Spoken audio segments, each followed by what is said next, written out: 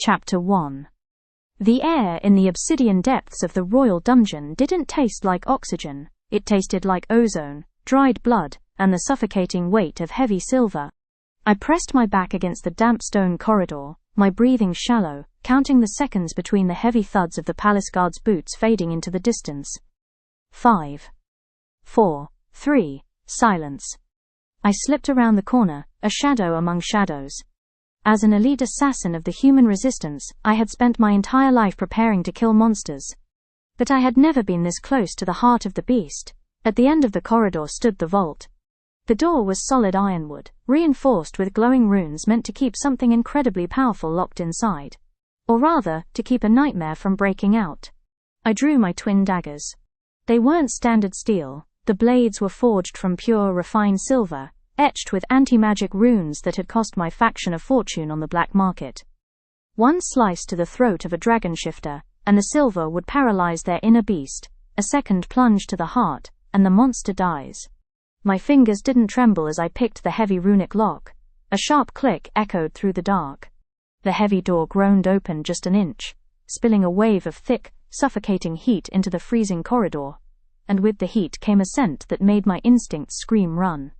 It was the scent of smoke, molten copper, and a raw territorial power so dense, it felt like a physical pressure against my chest. I slipped inside, closing the heavy door behind me, locking myself in the dark with the Prince of Ash. The cavernous room was lit only by the faint, pulsing red glow of the runes carved into the walls, and there, in the center of the chamber, was Prince Kaelen. He was chained to a massive obsidian pillar.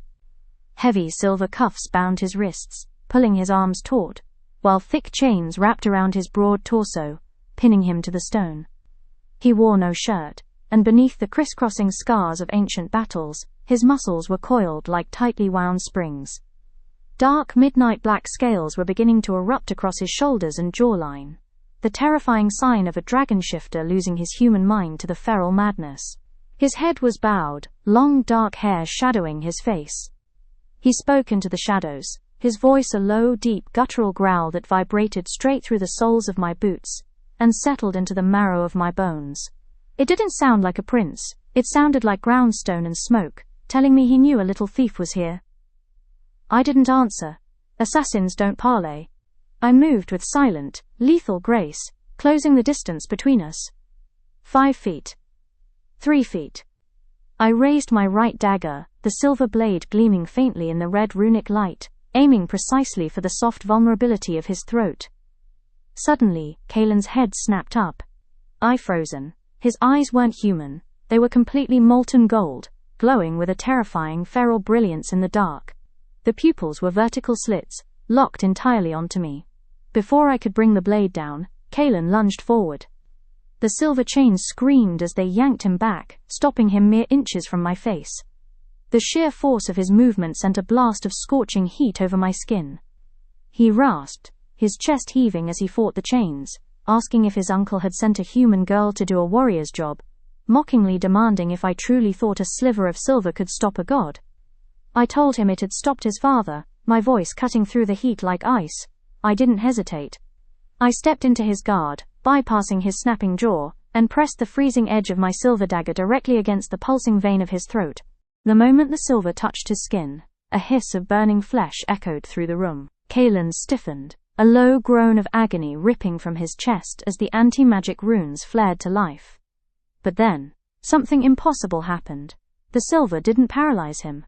Instead, a sudden, blinding jolt of electricity shot through the hilt of my dagger, tearing up my arm and striking me right in the chest. I gasped, stumbling backward, nearly dropping the weapon. My right wrist began to burn, not like fire, but like a localized sun, melting its way through my flesh. I gripped my wrist, pulling back my leather sleeve. Beneath the leather, the faded, birthmark-like swirl on my skin was glowing a brilliant, blinding molten gold.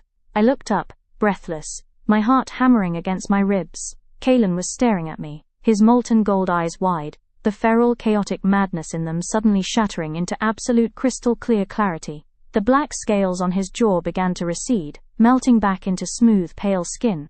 He didn't pull away from the knife. He leaned toward it, his nostrils flaring as he took a deep, ragged breath of the air between us. He whispered that I smelled of winter mint and starlight. He looked at my glowing wrist, and then down at his own cuffed hands, where the identical ancient marking on his skin was pulsing in perfect, rhythmic harmony with mine. The Prince of Ash, the monster destined to destroy my people, dropped to his knees, the heavy chains clattering to the floor around him. He looked up at me, his gaze fierce, possessive, and entirely desperate. A raw, broken sound escaped his lips as he breathed the realization that it was me. I was the one. I was his fated mate. Chapter 2. The silence that followed his confession was heavier than the silver binding him. I didn't lower my dagger. My knuckles were white around the hilt, the metal slick with my own sudden sweat. My wrist was still throbbing, a deep rhythmic heat that seemed to mimic the frantic pounding of my own heart. I stared at the golden mark blazing through the fabric of my sleeve, then back at the man, the monster, kneeling at my feet. This was a myth. A fairy tale told by elders around campfires to explain how the dragon lords used to choose their queens before they turned their backs on humanity and enslaved us. Fated mates didn't exist anymore, and they certainly didn't exist between a royal high-blood dragon and a human rebel trained to slit his throat. Kaelen didn't move. The terrifying, animalistic fury that had filled the room moments ago had completely vanished, replaced by an intensity so raw, it made me want to step back.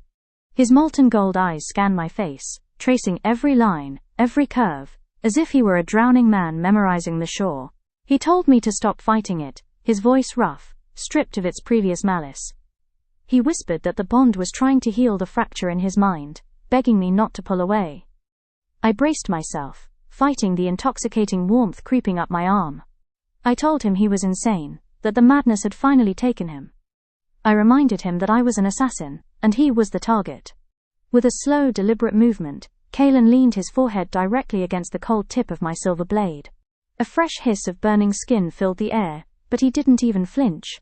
He looked up through a curtain of dark hair, a tragic, beautiful smile touching his lips. He challenged me to do it then. He told me that if I was going to kill him I should do it now, because if I walked away, the empty space where my soul had just clicked into his would kill him anyway. My breath hitched. The pure, unfiltered vulnerability of a creature so massive and deadly was terrifying. The black scales that had covered his jaw were entirely gone, leaving only the sharp, aristocratic lines of a prince.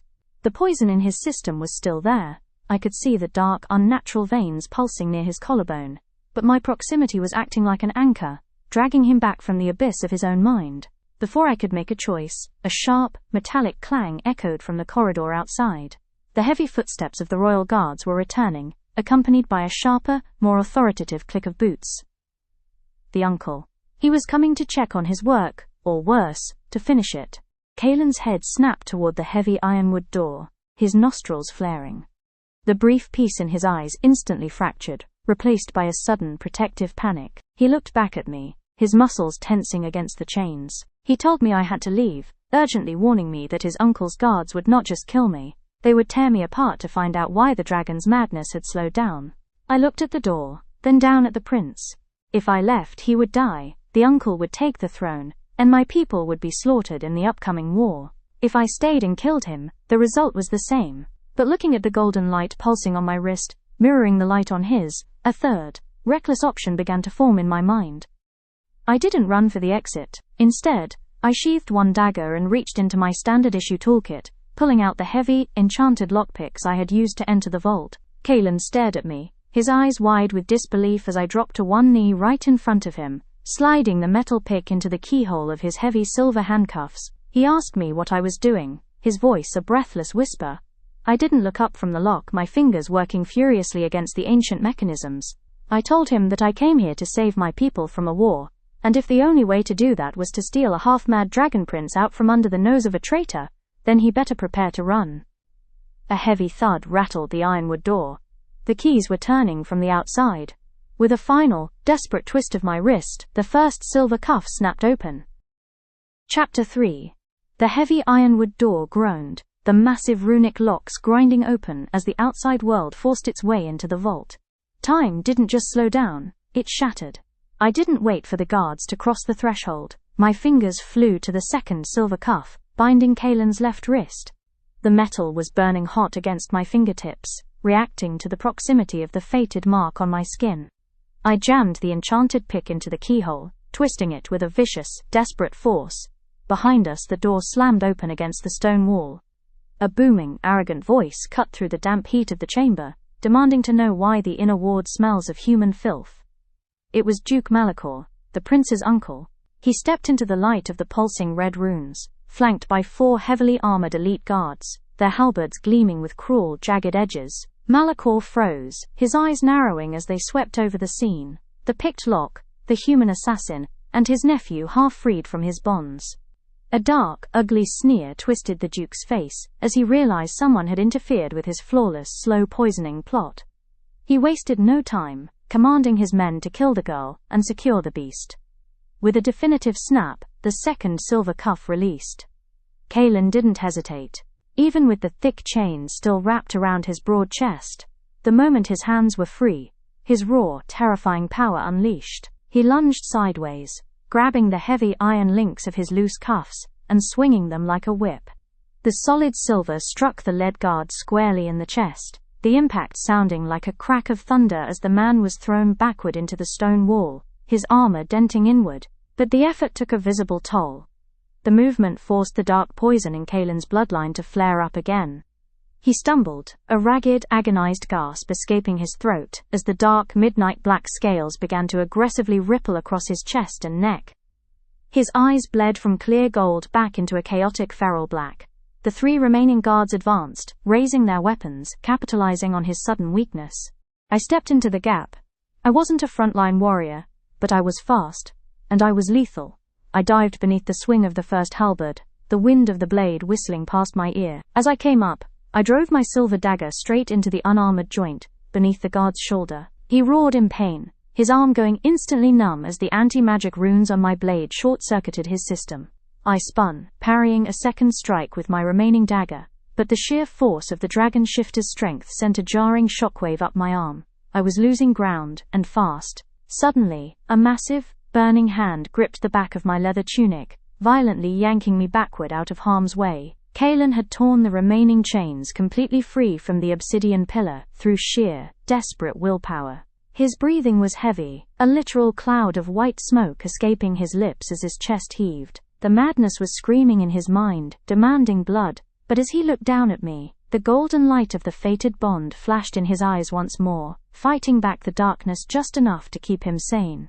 He didn't speak a word, he didn't need to. He grabbed the heavy ironwood table in the center of the room, and hurled it with one arm toward the remaining guards, crushing them beneath the splintering wood. Malachor drew his own broadsword, his face pale with fury as he saw his trap completely collapse. He spat a curse, warning Kaelen that he couldn't run forever, and that the liquid obsidian in his veins would turn him into a mindless monster before the sun rose. Kaelen didn't engage. He grabbed my waist, pulling me tight against his scorching, bare chest, and shattered the weak, decorative stone wall at the back of the vault with a devastating kick. We plunged into the freezing, pitch-black darkness of the hidden catacombs beneath the palace, the screams of the royal alarms fading behind us as we ran into the night. Chapter 4. The catacombs beneath the palace were a freezing, labyrinthine nightmare of jagged stone and forgotten tombs. The air here didn't burn with the heat of the vault. Instead, it cut like a knife, turning our frantic breaths into thick plumes of white vapor. I stumbled against the uneven ground, my lungs screaming for oxygen as Kaelen practically dragged me through the darkness. His grip on my waist was iron-tight, his skin so unnaturally hot, it felt like it was scorching through my leather tunic. He was running on pure adrenaline and instinct, his heavy boots echoing like thunder in the narrow tunnels. Behind us, the distant wail of the palace sirens began to reverberate through the stone, accompanied by the muffled, frantic barking of tracking hounds. They were already in the catacombs. Suddenly, Kaelen choked out a rough, violent gasp and collapsed against the rough wall of a tomb. The impact rattled the ancient masonry, sending a shower of dust over us. I pulled away, my daggers drawn as I scanned the shadows, but my attention was instantly dragged back to him. The temporary clarity the bond had given him was slipping away again. The dark, ink-like veins of the liquid obsidian poison were crawling up his neck, mapping a terrifying web across his throat and jawline. His chest heaved violently, and a low, rumbling growl vibrated deep within his torso, a sound that was entirely animal, entirely destructive. The midnight black scales were returning, hardening over his knuckles and creeping up his temples. He was fighting his own body, his fingers clawing at the stone wall until his nails bled, trying to anchor his mind. I stepped closer, ignoring the voice in my head that screamed at me to run while he was incapacitated. I demanded to know what he needed, my voice tight as I looked back down the dark tunnel we had just fled. I reminded him that the trackers were coming, and that he needed to move. Kaelen's head snapped up, and the sight made me freeze. His eyes were no longer the clear, beautiful gold of a prince. They were entirely black, save for a thin ring of molten fire around his vertical pupils. He looked at me not like a mate, but like a predator, sizing up its prey. He rasped out a warning, telling me to get away from him, his voice cracking with an agonizing dual tone, half man, half beast. He told me the dark magic was choking his dragon, making him blind to everything but the urge to tear and destroy. To emphasize his words, he lunged forward a fraction, a terrifying feral snarl ripping from his throat. But as he moved, his bare shoulder brushed against my arm. The moment our skin made contact, even through the thin fabric of my sleeve, a visible shockwave of golden light rippled outwards. The fated mark on my wrist flared with a blinding rhythmic heat, and Kaelen stiffened, as if he had been struck by lightning. The blackness in his eyes instantly receded a fraction, the agonizing tension in his muscles relaxing just enough for him to take a clean, untainted breath. He leaned into the contact, his forehead dropping against my shoulder, his breathing ragged. He whispered that it was the only thing that stopped the screaming in his head, begging me to just touch him, to keep him grounded before the dark took him completely. I looked down at the powerful, terrifying prince reduced to absolute desperation by my side. The hounds were getting closer. Their echoing baying was loud enough to shake the dust from the ceiling. We couldn't stay in these tunnels, and he couldn't fight in this state.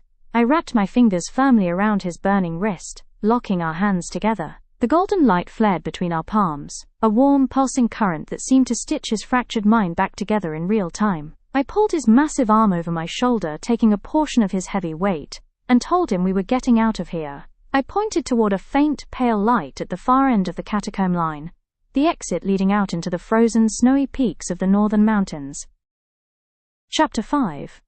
The transition from the suffocating darkness of the catacombs to the brutal reality of the northern mountains was a physical shock. The wind howled through the jagged peaks, carrying a blinding sheet of snow that instantly crusted over my eyelashes and numbed my cheeks. I dragged Kaelen through the knee-deep drifts, each step an agonizing battle against the elements. He was a creature of fire and ash, completely unsuited for the sub-zero temperature, yet his body was still radiating a terrifying, unnatural heat that melted the snowflakes before they could touch his bare chest. Our hands were still locked together, our palms fused by the golden, pulsing current of the fated bond. It was the only thing keeping him upright, the only thing keeping the feral blackness from completely swallowing his eyes. Up ahead, half buried beneath the heavy snow at the edge of a frozen pine forest, stood the dark outline of an abandoned hunting cabin. It was an old resistant safe house, long forgotten by the crown. I kicked the rotten timber door open, dragging Kaelen inside before slamming it shut against the screaming wind. The sudden silence inside the cabin was deafening. It was freezing, dark, and smelled of dry rot and old pine. But it was shelter. The moment I let go of his hand to secure the door's wooden latch, Kaelen let out a raw, fractured groan. Without the direct contact of the bond, the liquid obsidian poison seized control of his veins like a striking viper. He stumbled backward, crashing into a heavy wooden table and sending it splintering to the floor. He dropped to his knees, his hands clawing at his own chest, as the midnight black scales erupted aggressively across his collarbone, neck, and jawline. The physical transformation looked agonizing, his muscles spasmed, and a low, terrifying growl rattled the very floorboards beneath us. He looked up at me through the dim light of the snow-covered windows. His eyes were completely black again, the vertical pupils dilated with a dangerous predatory hunger. The beast inside him was thrashing against the poison, unable to differentiate between the assassin who had come to kill him and the mate who had just saved him. I stood near the door, my breath rising in thick clouds, my hand hovering instinctively over the hilt of my silver dagger. Every instinct I possessed as an assassin told me to keep my distance, to let the poison finish him, or to drive the blade into his heart while he was down. He was a dragon lord. He belonged to the elite class that oppressed my people. But as I looked at him, I didn't just see a monster.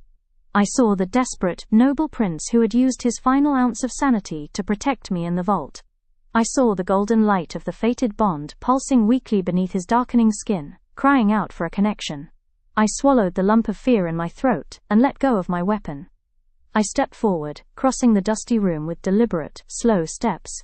Kaelen bared his teeth, a warning hiss escaping his lips, a plume of white smoke curling past his fangs. He told me to stay back, his voice a distorted, monstrous rasp that shook the walls. He warned me that his dragon wanted to claim what was its own, but the poison was twisting that urge into something violent, something deadly. I didn't stop. I knelt right in front of him, deep within his striking distance, completely vulnerable to the claws that could easily tear my throat open.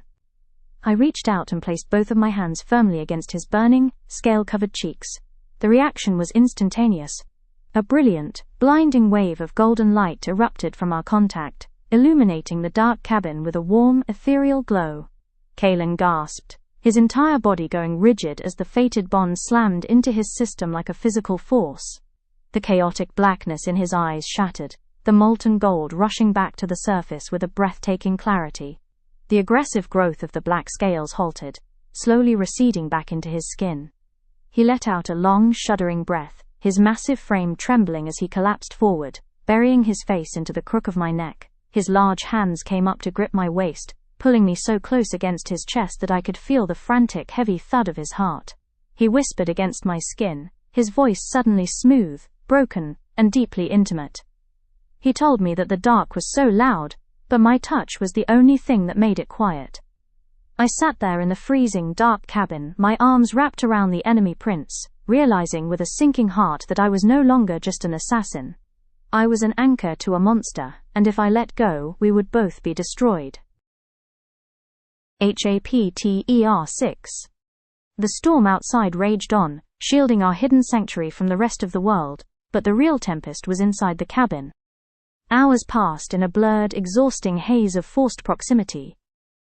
Kaelen lay on a makeshift bed of dry canvas sacks in the corner of the room, his massive body racked with a violent, burning fever. The liquid obsidian was fighting back. Every time I tried to step away to check the perimeter or build a fire, his breathing would falter, his pulse spiking dangerously as the dark veins began to creep up his throat again.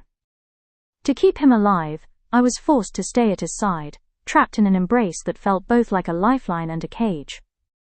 I sat beside him, my back resting against the cold log wall, allowing him to pull my smaller frame against his chest. His right arm was wrapped tightly around my waist, anchoring me to him with a possessive, unyielding grip. My hand remained pressed against his bare shoulder, the fated mark on my wrist pulsing a steady, comforting gold that countered the black poison under his skin. In the quiet of the freezing cabin, the boundaries of our world began to shift. He wasn't the arrogant, untouchable royal I had spent my life hating. He was vulnerable. As he drifted in and out of a restless sleep, he murmured fractured thoughts, not of power or conquest, but of the heavy burden of his crown, the isolation of his throne, and the terrifying fear of losing his mind to the madness. He was a man who had been utterly alone, long before he was thrown into that dungeon. When the moon reached its peak, casting a pale silver glow through the frosted window pane, Kaelen's eyes fluttered open. The chaotic blackness was gone, replaced by a deep, clear gold that looked entirely human, yet intensely focused. He looked down at me, tracing the silhouette of my face in the dim light. His large hand moved from my waist, his warm fingers gently brushing a stray lock of hair behind my ear. He spoke softly, his voice a low, raspy whisper that vibrated against my collarbone.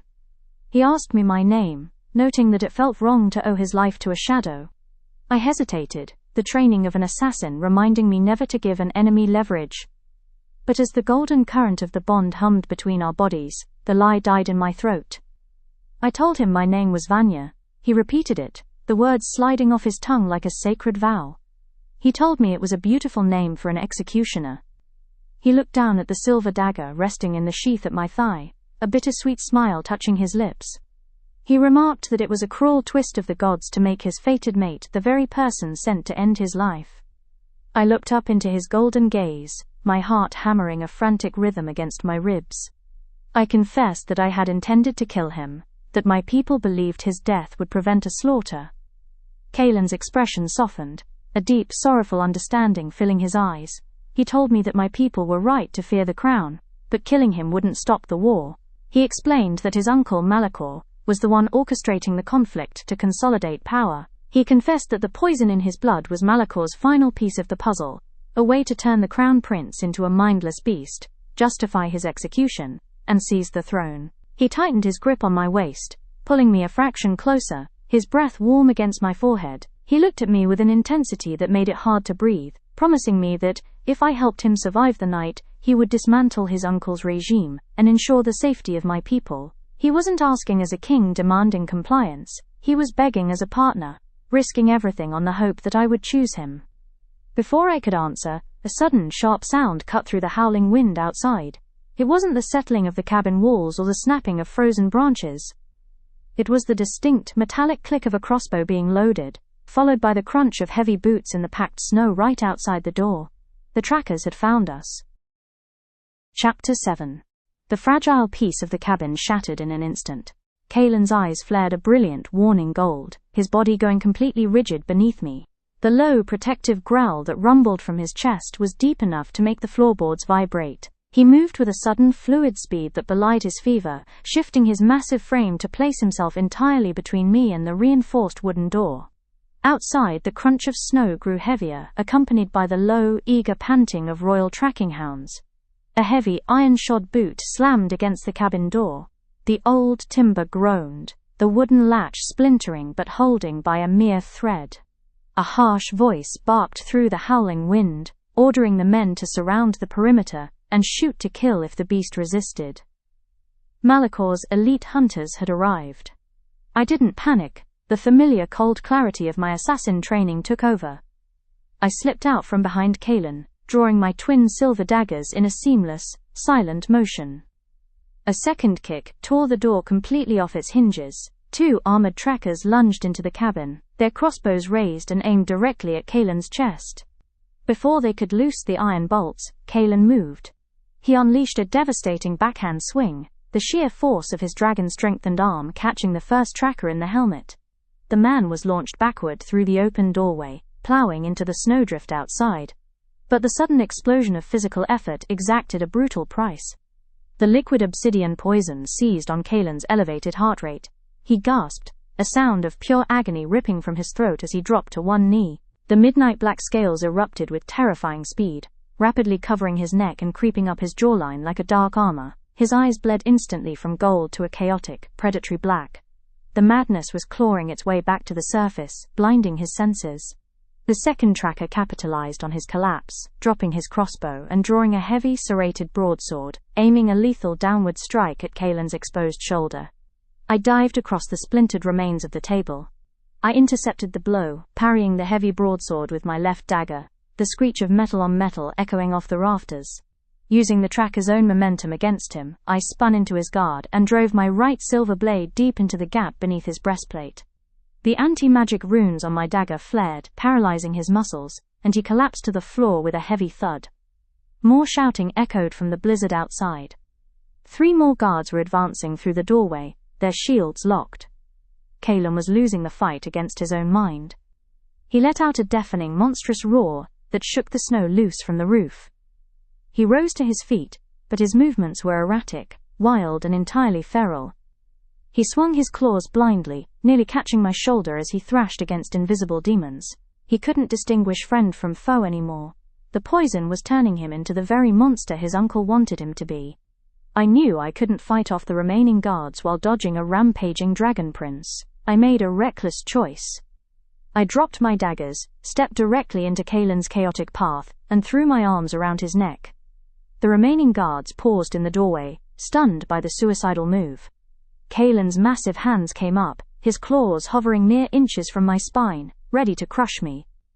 I pressed my face against his burning neck, right over the pulsing black veins, and cried out his name, begging him to look at me, to hear my voice through the dark.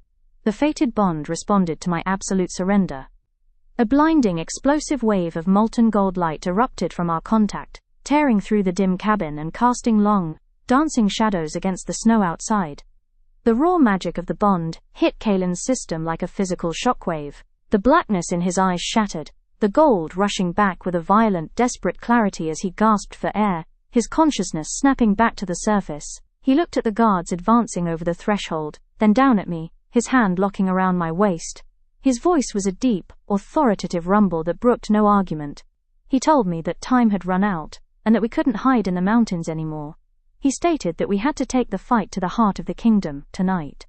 Before the guards could recover from the blinding light, Kaelen kicked through the flimsy back wall of the cabin, shielding my body with his own, as we plunged out into the blinding whiteout of the storm, heading south toward the royal palace. Chapter 8. The grand citadel of the royal palace was a fortress of gold and marble, but tonight, it felt like a gilded mausoleum. The storm from the mountains had chased us all the way to the capital, cloaking our approach in a swirling shroud of white. We didn't use the hidden catacombs to re-enter, they would be heavily guarded. Instead, we scaled the sheer obsidian cliffs of the palace's western wing, using the blinding snowfall as cover. Kaelen's strength, even depleted by the poison, allowed him to carry me up the frozen rock face with a terrifying, effortless grace. Now we stood hidden behind the velvet tapestries of the grand gallery, peering down into the crowded throne room below. The air was thick with the scent of roasted meats, expensive wine, and the underlying rot of political betrayal. Hundreds of high-born dragonlords and nobles were gathered in their finest silks and furs. At the far end of the hall, sitting casually on the obsidian throne that didn't belong to him, was Duke Malachor. He was clothed in a lavish royalty coat of deep crimson and gold, a smug, victorious smile plastered across his face as the heralds prepared to announce his premature coronation. Kaelen leaned heavily against the marble pillar beside me. The journey had pushed him to the absolute brink. The liquid obsidian poison was no longer just mapping his veins. It was altering his physical form in real time. Thick, impenetrable, midnight black scales had fully hardened over his forearms and jawline. His fingers were locked in a perpetual claw-like curl, and his breathing was a shallow, agonizing rattle that smelled faintly of sulfur. The ring of molten gold in his eyes was a fragile, thin wire, holding back an ocean of chaotic blackness. He looked down at me, his gaze fiercely possessive but deeply tragic. He whispered that his dragon was slipping away, that the beast was clawing at the walls of his mind, demanding to take over to survive the poison. He warned me that if he lost control inside this hall, he wouldn't be able to protect me from the guards. I reached out, my fingers wrapping tightly around his clawed hand, letting the golden warmth of our bond pulse between our palms. It was a temporary dam against a breaking river, but it was all we had. I told him he wasn't going to lose, and that we were going to finish this together. The trumpets blared, cutting through the chatter of the court. Malachor stood from the throne, raising a golden chalice to address the court. He spoke into the sudden silence, falsely proclaiming that it was a day of mourning turned to celebration. He lied to the nobles, telling them that the tragic Prince Kaelen had succumbed entirely to the feral madness in his dungeon, and had to be put down for the safety of the realm. Malachor raised his glass higher, declaring himself the new protector of the dragon bloodline. "You speak of the dead with too much certainty, uncle," a voice boomed through the hall. Kaelen stepped out from behind the tapestries, throwing back his dark cloak. The heavy velvet fell to the marble floor, revealing the prince in all his terrifying, half-transformed glory. The crowd gasped, a wave of collective shock and terror rippling through the nobles as they scrambled backward, clearing the center of the hall. The palace guards instantly drew their weapons, forming a defensive wall of steel and shields in front of the throne. Malachor's chalice slipped from his fingers, clattering loudly against the stone steps. His face drained of all color, his eyes widening in pure disbelief as he looked at the nephew, who should have been a mindless beast by now. Kaelen strode down the center aisle, each step heavy and deliberate, the golden mark on his hand blazing in perfect, rhythmic harmony with the mark on my wrist as I followed closely in his shadow, my daggers drawn. But as we reached the center of the room, the sudden surge of adrenaline broke Kaelen's internal dam. He gasped, falling to his knees as a violent tremor racked his massive frame. The black scales rapidly shot up his neck, covering his entire face, and his eyes turned completely, terrifyingly black. The madness had arrived, and Malachor's sneer instantly returned. Chapter 9. The collective gasp of the court echoed like a death knell off the vaulted ceiling. Kaelen stayed on his knees, his massive chest heaving as the midnight black scales aggressively claimed the rest of his skin, hardening into a jagged armor. A low, distorted groan tore from his throat, a sound that was losing all human quality, melting into the terrifying roar of a feral beast. He gripped the polished marble floorboards, his long claws gouging deep tracks into the stone. The ring of molten fire in his eyes was completely gone, swallowed by a void of pitch-black madness. From the top of the throne steps, Duke Malachor let out a booming, cruel laugh that sliced through the panic of the room.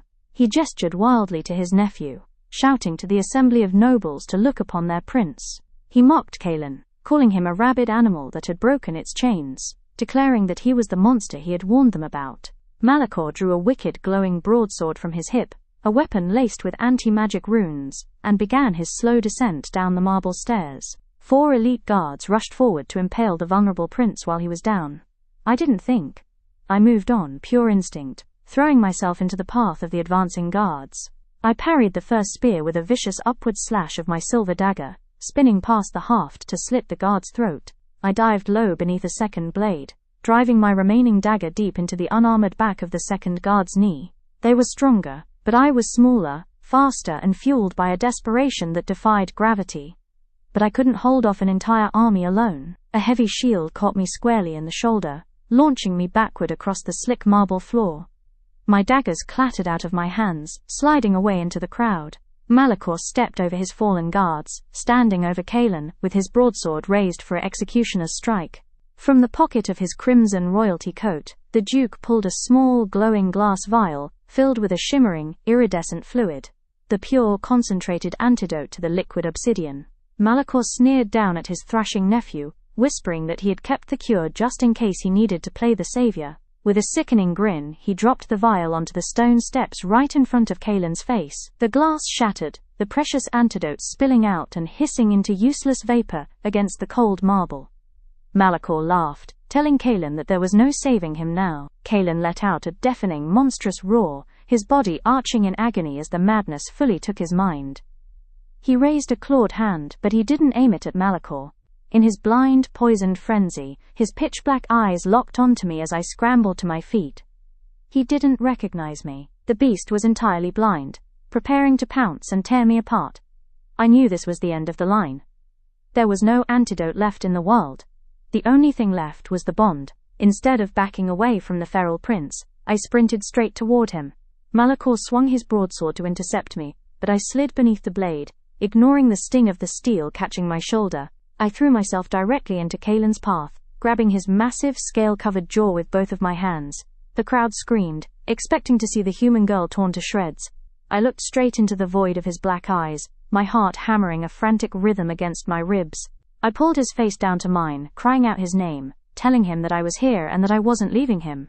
With a final, desperate act of absolute surrender, I raised my bleeding, injured shoulder and pressed my wrist, where the fated mark was burning like a localized sun, directly against his parted fangs, letting my own blood mingle with the smoke rising from his chest. I accepted the bond fully, without reservation, embracing the monster and the prince as one.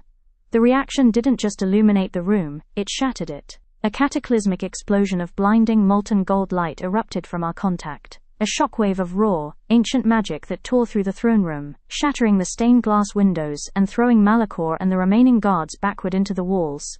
The gold light didn't just suppress the poison this time, it began to consume it. Chapter 10. The molten gold light didn't just illuminate the grand hall, it burned with the righteous fury of an awakening god. The liquid obsidian poison inside Kaelen's veins shrieked as the raw, unadulterated power of a fully accepted fated bond surged through his body. The ink-like blackness mapping his skin dissolved, turned to ash by the golden fire rushing through his system. The chaotic void in his eyes shattered, replaced by a pair of brilliant, blazing suns. He didn't just regain his sanity, he reclaimed his birthright. With a deafening, cataclysmic roar that shook the very foundations of the citadel, Kaelen's body expanded.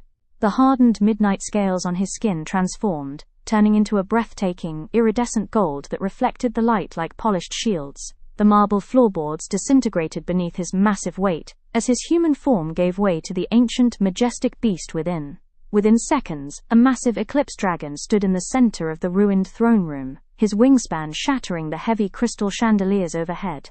Duke Malachor scrambled backward on his hands and knees, his royal coat torn, his face twisted in absolute terror as the golden dragon towered over him. The remaining guards dropped their weapons, falling to their knees in absolute submission to their true king.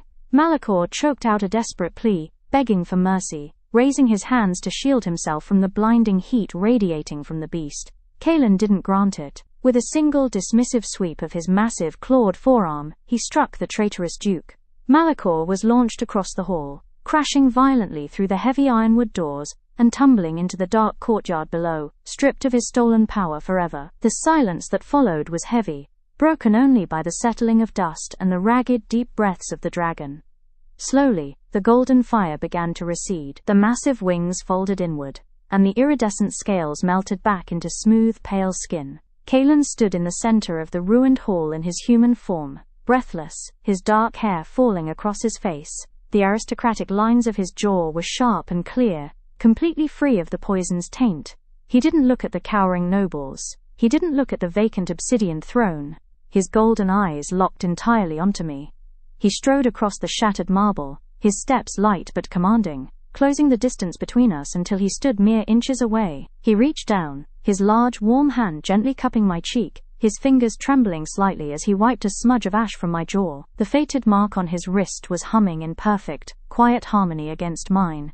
He spoke, his voice a deep, rich rumble that resonated straight to my core, stripping away the prince and leaving only the man. He told me that the dark was completely gone, and that my voice was the only thing he could hear in the quiet.